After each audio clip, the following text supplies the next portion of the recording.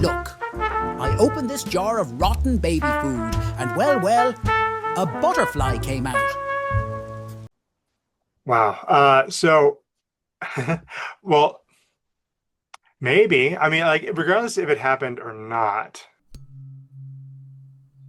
Welcome to the Comedians and Elevators podcast. I've got my guest, Matt Novack here. Matt, say hi, introduce yourself, and tell us a little bit about yourself. Hi, I am Matt Novack, and I'm so glad to be here. I'm a composer in Los Angeles. Uh, uh, I've been doing that for 20 years, uh, done some different genres, but the bulk of my career has been scoring comedy television series like Children's Hospital and Miracle Workers and Harley Quinn. Very cool. Very cool. Well, are you ready to get into this? I think so. All And right. So, uh-huh. be gentle.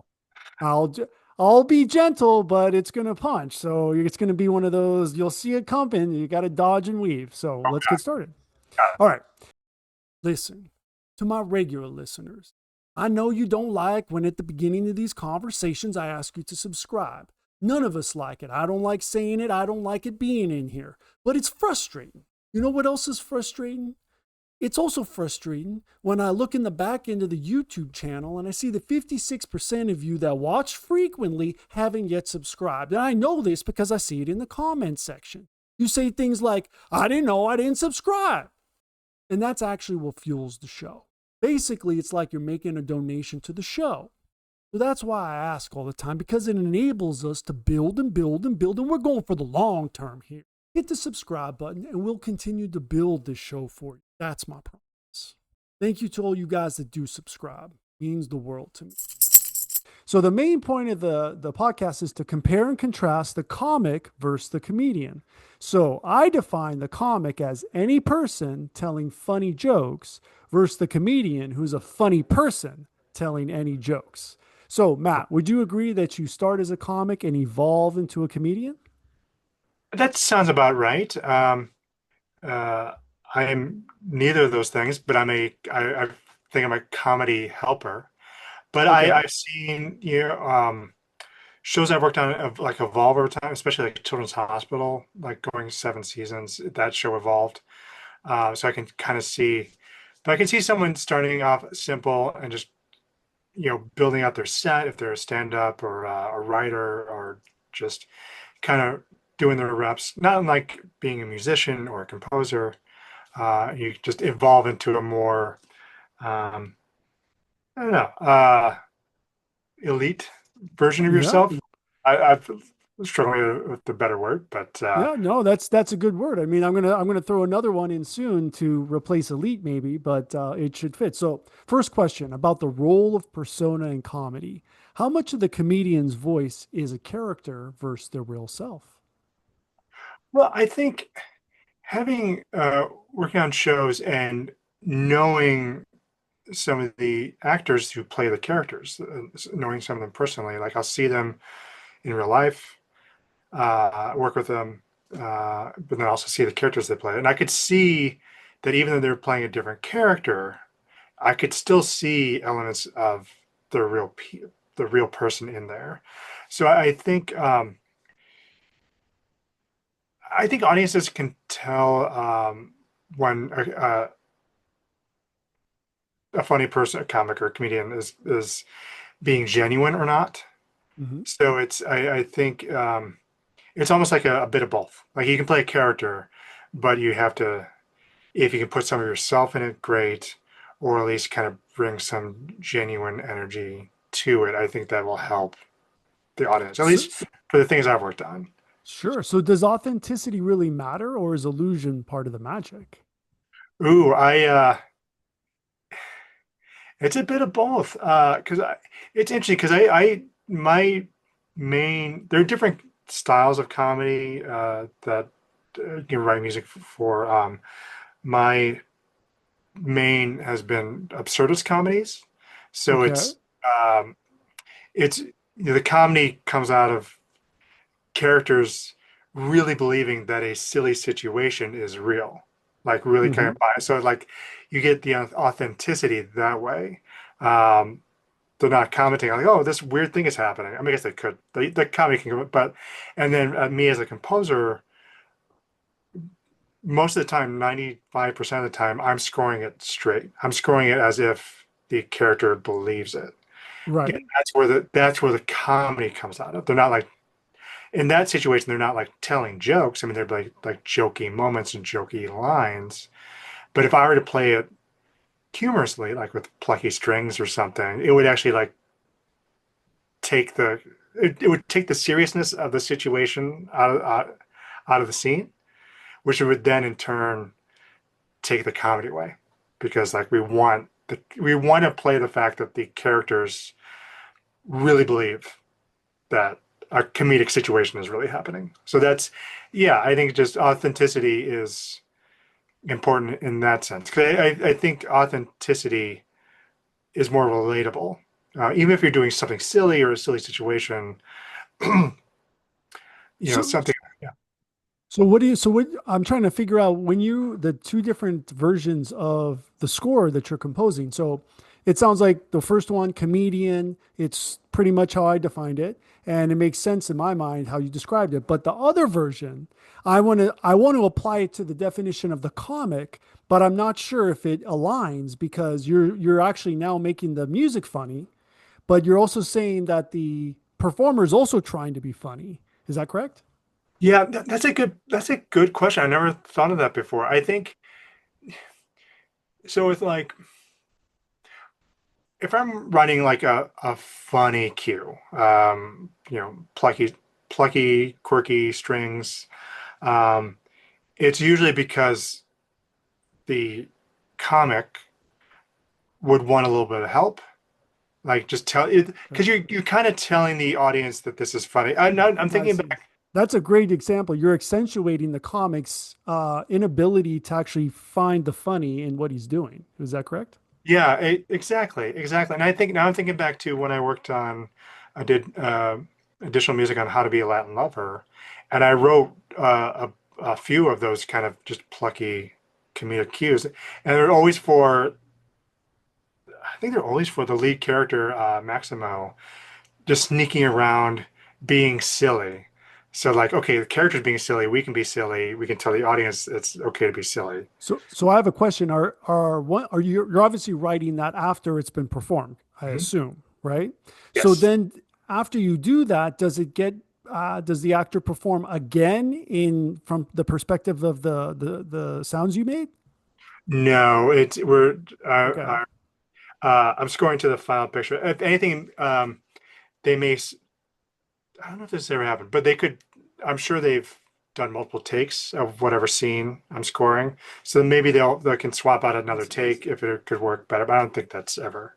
I can't think of It's it. never been done, right? That kind of recursion is something AI is probably going to do, and then we're going to go, "Wow, Oh, yeah, that's the day that we go. This thing knows what to do about everything." Okay, next question: yeah. punching up versus punching down.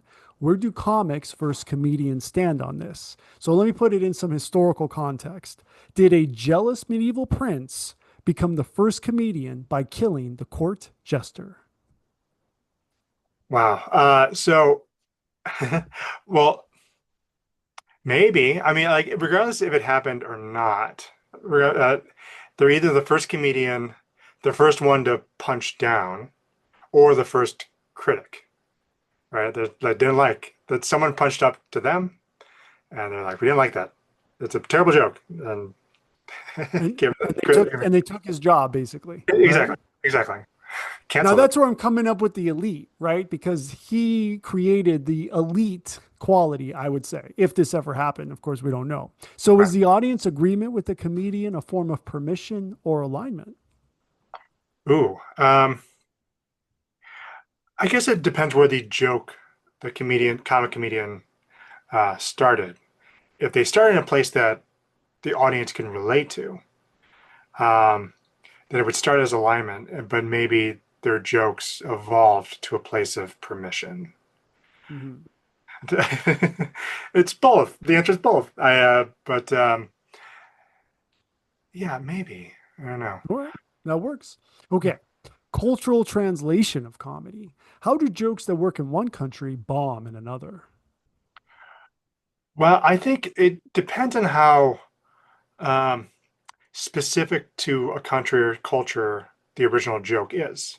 Because like good jokes are relatable, or at least uh, relatable, tangentially relatable. Like something, even if it's not quite relatable, audience can kind of see where it's coming from and they can relate that way. But if it's very specific to a very culture, um, I don't think that would translate. Maybe it will. Um, Maybe well, if you're watching something in the audience and there are some people in the audience that get the joke and they start laughing, you like laughter is contagious. So you're like, okay, I can maybe see there's something funny there. But yeah, I think if jokes don't translate if they're just too specific.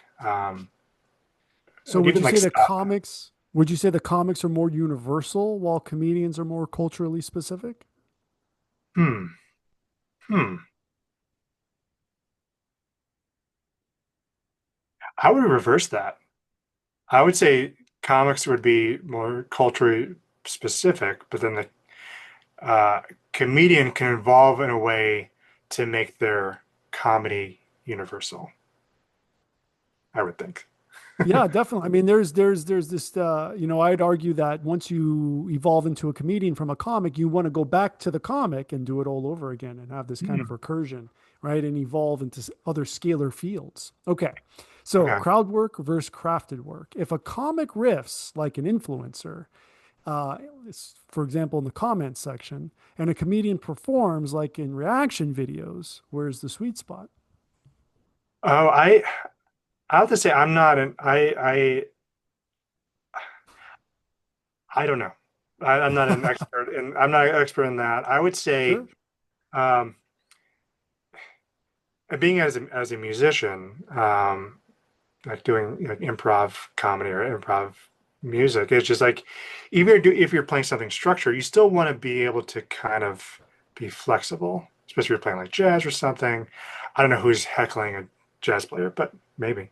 Um, but I would say like start with the sweet spot is you start with structure, but being open to being flexible. Like if you need to, like if you see something, someone in the crowd, you're like, oh, that person's interesting. I want to talk to them in the middle of your structured set. And if you do that in a way that kind of flows, I could see that happening. Or same with the heckler. Okay, so you're saying something like if you're going to do crowd work, start with crafted work. Exactly. I would think so. Now, right now, if you start with, so what would, I've seen it done where you expect crowd work, so they start with crowd work, and then Hmm. it ends in crafted work, and it kind of loses something because the crafted work, even if it was good, it just didn't seem to make sense. The trajectory didn't seem to make sense. So that's what I've seen. Interesting. So, Well, so what happens? you know much more than I would. I'm talking about seeing others. Yeah, it's well, if you're looking for it, you'll always find what you're looking for eventually, right? So I'm looking for these things. So what happens when a comic leans too much into crowd work or when a comedian gets heckled? Well, I think anyone should lean into their strengths. So like if a comedian's strength is crowd work, great. Um, if they can handle a heckler, well, great. Um, uh, I think but again, I think it comes back to authenticity and just if it works out organically, then that'll work. I mean, that's happens with any of the stuff I've worked on, you know, and the music, you can kind of see something organically happening. And as long as it doesn't feel forced, I would think.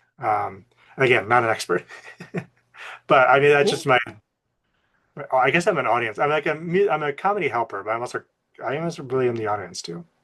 I mean, comedy works in two directions, right? If people don't find it funny, then it doesn't make sense. So everyone is an expert when it comes to comedy. That's how I see it.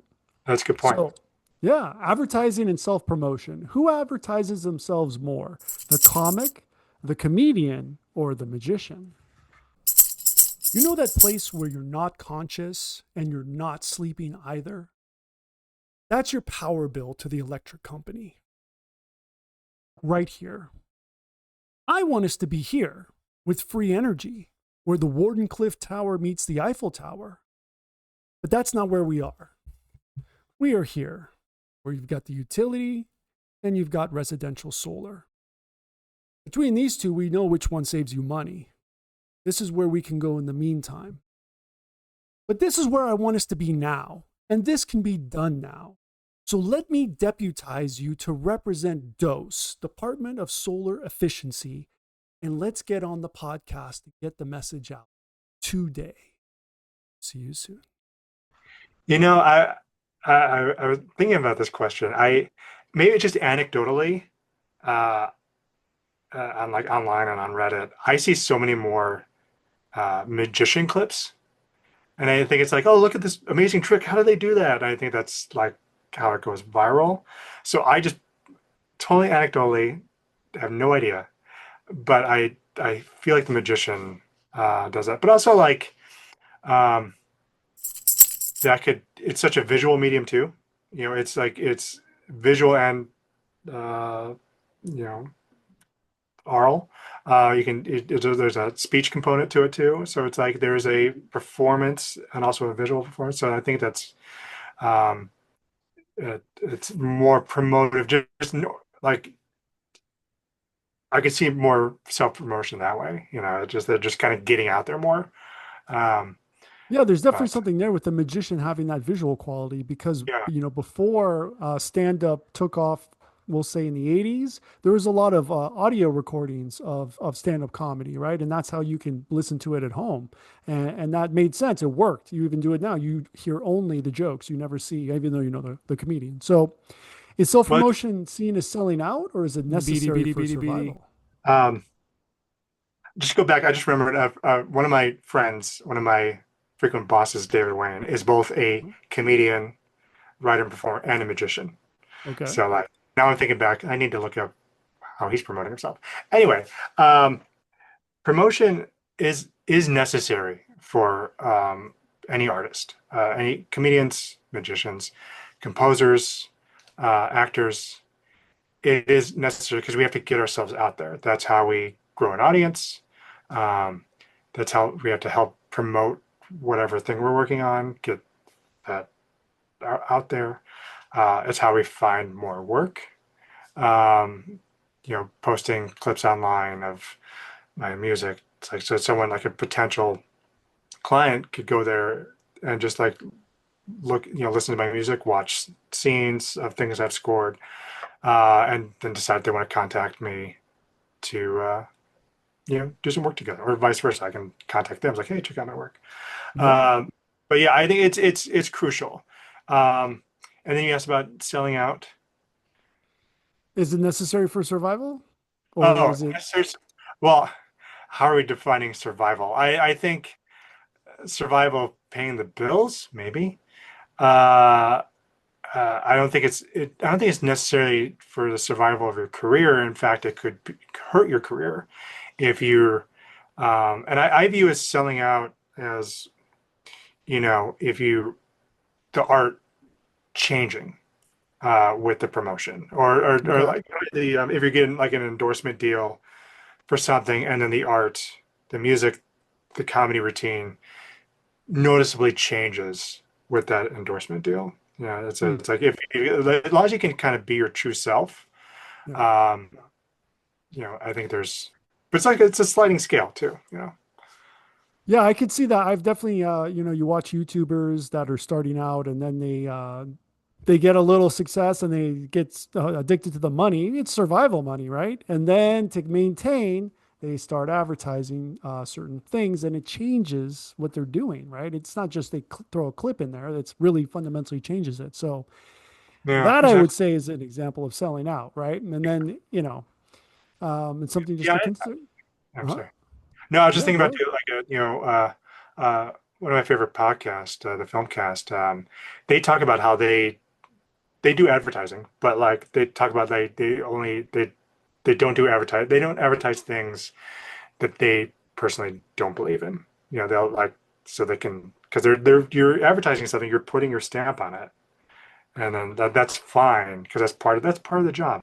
That's part of the business. But So I Anyway, would say when my criticism is maybe they're selling or promoting something that they don't even understand, right? It may be a product that they've never tried or a service that they've really not tried either, and it's like, what are you doing? Like it's not even selling out because you don't even know what it's about. It just looks ridiculous. So right. hopefully I don't do that myself. So censorship and Uh, offense. Does a censorship. comic Okay, Yeah, sorry. censorship and offense. Does a comic avoid offense while a comedian courts it to prove a point, like a magician? Um, I think a comedian courts it. I think it kind of depends. It depends on the offense. Depends on who they're offending. Hmm. Um, um, I think about like, some comedians can be offensive if they're punching up. If they're offending someone that the audience can kind of get behind. Okay. I think So I that's a think good version, right? that's a good version. I mean, I'm thinking about. I know the controversial episode just came out this week. South Park. Oh, Um, okay.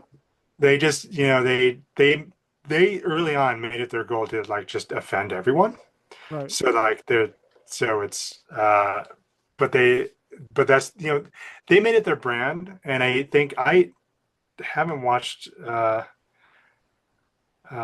a while. I did watch the latest episode, but like it just I think it's they kind of made it their brand. They're going to offend everyone, and that's fine. I think they're usually punching up. I can't speak for all their episodes, but anyway, I got to sidetracked. Yeah, I think if the audience can relate the offense, if they don't feel like they're being offended, it's as long as they're punching up and they can kind of, um, um, it kind of can come back to like your earlier question about getting permission, or what was the other part of that? Alignment, permission, Alignment. Thank you. or alignment. Yeah. Yeah. Well, Yeah, it kind of goes back to that. It's all right. Sorry. well, for sure. I know South Park, the characters are not real, right? Even though the audio is. So I could see that there is a kind of magical, um, illusion there where they look like they're from the bottom, and so Yeah, everything is punching up, right? So maybe that's the secret to their success is that's that they're not punching down because they're in the mud, right? You can only, punch up from there. So that might be the way they're doing. I think that might be it. So oh, who yeah. survives who survives better in this cancel culture environment? The comic, comedian, or magician? Oh, cancel culture. I would say comedian, because they've learned uh, whatever the cancellation was. I mean, they've learned how to self-deprecate. Hmm. They can punch up, but they can also punch themselves. And I think that's What do you mean exactly by punching yourself? making fun of yourself. Okay, Uh, self-deprecation. yeah. Um, Again, depending on whatever the cancellation was, did they do something terrible, or was it, you know, Stephen Colbert getting canceled from the Late Show, even though he had the highest ratings? Uh, Well, that's not like a cancellation for one thing, right? That's just the timing in history, right? this time in history, and like It's a different kind of cancel. criticism. Like you said, right, right. It's not wasn't a criticism of any one particular thing. It was like all things combined, right? Yeah, yeah. Okay, timing and delivery, science or art. So do comics rely more on structure and comedians more on rhythm and emotion? Hmm.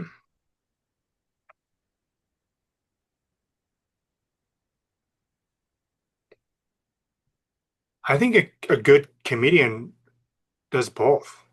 I think a comic would probably start with structure, and then as they grow, As you're they putting your music overlay, so later when they watch it, they're like, "Oh, that should have been funnier." Got it. oh, yeah, yeah, yeah.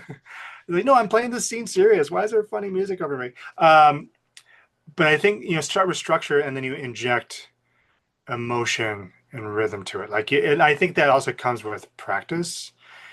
Coming back to like being a musician. It's like practicing being a composer, building your craft, and just you're getting better at it. You start with the structure, you start with the form, start with the scales, uh, or whatever the comedian version or comic version of scale is.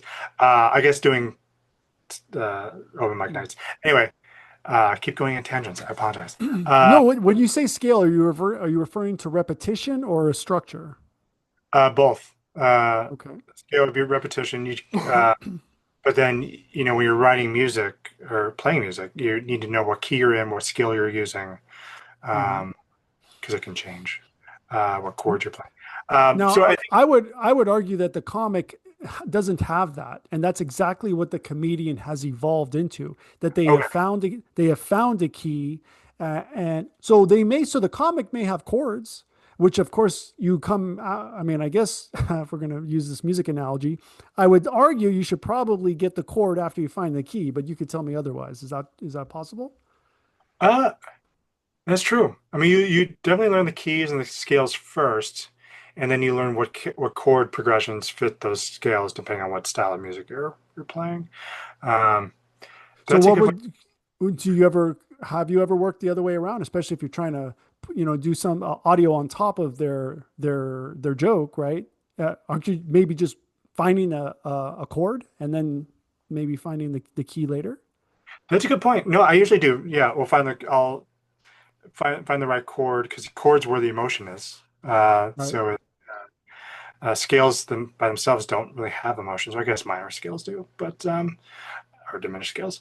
But yeah, with chords and chord progressions, the combination of keys is where the emotions are and how they change.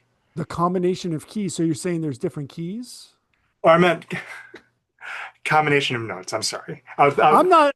I'm educated, self-educated on music, so I'm just trying to figure out like, is there something going on here that can apply, right? Is there some kind of structure where music works, and then something that the comic, right? Because I definitely think the comedians nailed it, but the comic is working on it, right? That's a very good point. That's a very good point. Yeah, yeah, yeah. No, I go back. You've changed my mind. I Or think you're have I right. though? I think you have. Well, I mean, as far as comic versus comedian, um, I think you're right. The comics, you start with the structure, you start with the forms, and then you, or no, Well, it's no, you start you with the emotion. can't. Yeah, I would argue that, if you're going to use the chords analogy for the comic, right? You're just applying chords you already know that have a certain emotion, then you see if it fits. I know this is Oh, something I'm imagining something you actually have done. Does this sound familiar?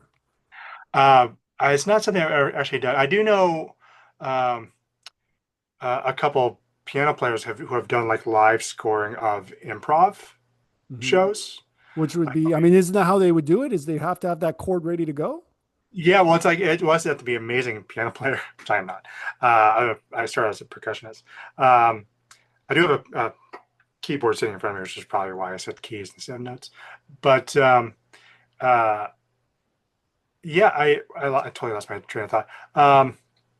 Well, can you play it? Can you play a chord right now, or is that No, not it's hooked possible? up to my computer. I'd have to like Ah. route it and everything. Well, my point is, you say a joke and it just by itself, right? A one line or whatever, and then maybe a chord fits right on it, but it's totally arbitrary.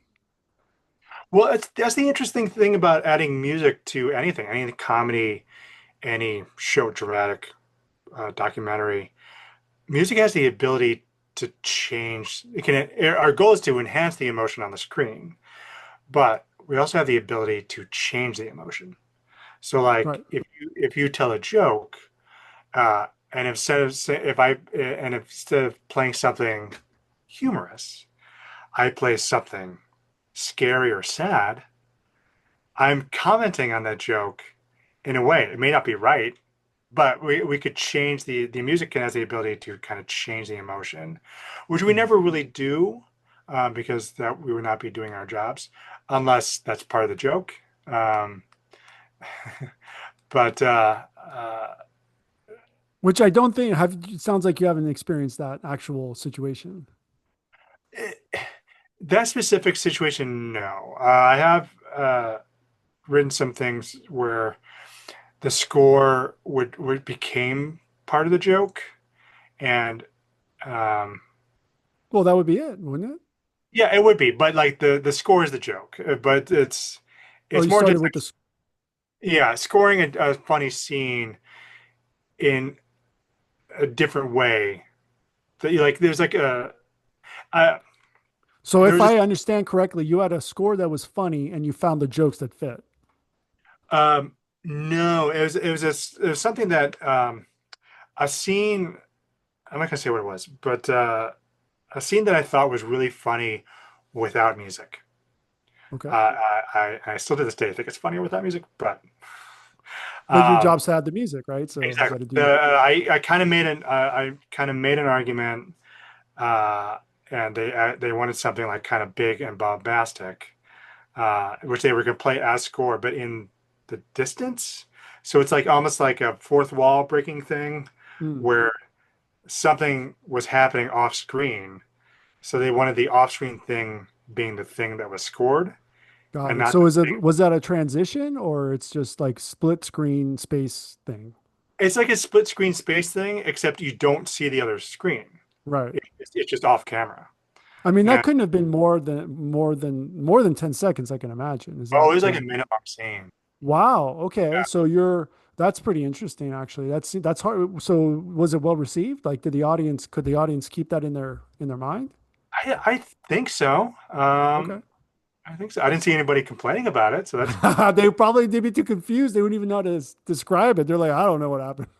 yeah, I exactly. don't know what it is. I'm just trying to. I mean, I'm thinking something with water. They're on a ship, and then the other thing, like there's some movement going on. I don't know. You Right. don't have to say, but that's how I imagine. Maybe a train, like they're both one's on a boat and the other's on a train, and they're going in the opposite directions. So okay, so laughter versus applause. Are comics chasing laughs and comedians chasing applause breaks that validate the message? Hmm.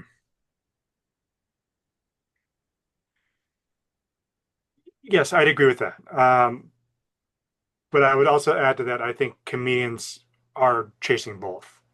Like Mhm. they're chasing laughs, but then they want to tie up either their whole piece, their whole set, their whole show, their whole whatever the piece of art is. If they can tie it up in a way that gets applause, I think Mhm. that's a goal. Or like, you know, breaks or mini structures in the set. There's like many little arcs in the set. They're like a applause break at the end of those. I think the goal for a comedian is both. Honestly, Okay. like they, yeah. Okay, so comedy is commentary. When does a comedian cross into being a philosopher or a preacher? You know, I don't know. Um, I You haven't don't. seen it? Well, that's a good point. I think um, I was trying to think of like I don't think I've ever seen that progression. Um, going back to like talking about South Park, I guess you could argue that they've always been uh, preachers. They've always kind of like they pick a topic and they lambast it, and then they move on to the next topic. So maybe that's preaching a bit, depending on who the audience is. Well, is I that guess good? Is it good or does it dilute What the a humor? stupid question. I think it's good if going back to punching up. If Mhm. it's good as a critique of something that the audience can relate to. But I guess if the audience is relating to it, then they're not really preaching. Maybe they're preaching to the choir. Yeah, I guess exactly. I know. I guess like maybe there's like different definitions of preaching and philosophy. Yeah. Um, um, uh, philosophically, if it's they're kind of uh, being philosophical about themselves and their own journey, like maybe like being, essential or existential. Um, I don't know. I guess Yeah, it just, I know. It's like all my questions, like, I guess it depends both, maybe. it does. But yeah, it just depends on the comic. It depends on the goal of the comic, depends on the audience. It's just a lot of A lot of like everything. There's a lot of variables. A lot of variables. All right, here's one big variable. So we have a tradition here on the Comedians and Elevators podcast where the previous guest has a question for the next guest. And Oh, so Kent Altman is asking you, Matt Novack, which he has never met, at least in this scenario, can a comedian perform as a comic? okay, Kent. So can a comedian perform as a comic? I think so. If if we go back to like what we've talked about is like the comic is it's almost someone who's kind of starting out and kind of working out smaller bits, Mhm. or if they're pivoting or want to kind of like change things up, if they're for whatever reason they want to try something new, like try a new persona, uh, I would think that that would be like starting over. Um, as a composer, I like to kind of like try different things and try different genres that I'm not familiar with. So like in those sense, I do feel like I'm starting over in a bit and kind of starting off like a comic because I haven't evolved yet. Fair Does that make enough. Fair sense? enough. It does. It Does does. that make any sense? It does. It does. Okay, last question. Legacy. Who gets remembered? Will the comics Tight Five survive time, or will the comedian's cultural point of view be more timeless? I would say a comedian's cultural point of view because they're tapping into something that's more universal, Mhm. um, or at least to or at least more uh, a commentary on the society at the time or the culture that whether we it's good thing or bad thing. It's a place that we can if we can refer to. Comics Type 5 is probably, depending on what it is, probably a little bit more um, in the moment, and will probably these moments pass, and these Comics Type 5 probably fast. Though we may remember that comic making us laugh Mm. um, fondly. Yeah. Uh, yeah. So So, again, Matt, where can everybody find you online? I am my website is mattnovack.com. I also just launched a new team, music and sound team company called Space Cat Music and Sound, which is at spacecataudio.com. So that's where you can find me, find my work. My usual social media handle is my name, all one word, Matt Novak. Very cool. Very cool. Well, Matt, thank you so much for being my guest. And for everybody else, please like and subscribe, and we will see you in the next one. Thank you. It's fun.